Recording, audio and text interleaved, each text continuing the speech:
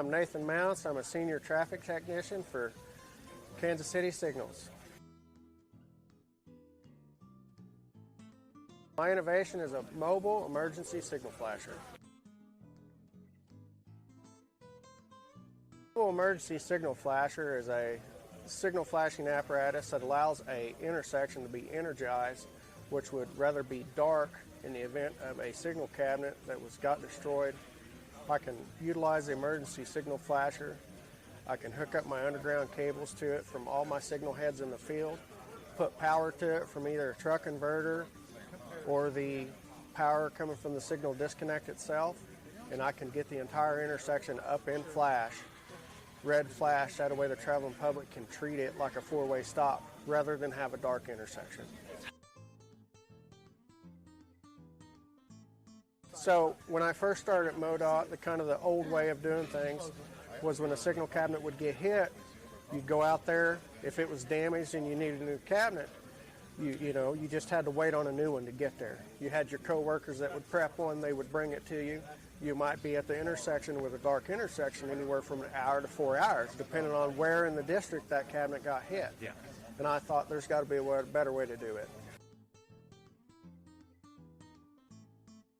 Actually had this scenario a couple months ago. Signal cabinet got hit. I arrived on scene. I had to make some repairs to the cabinet, to the underground wires, but I was able to have the intersection up and running in red flash within 30 minutes upon arriving on the scene. So this here is a mobile emergency signal flasher. It's got a two-way signal flasher, which is in every signal cabinet. It's got a power strip and a breaker for your incoming power source.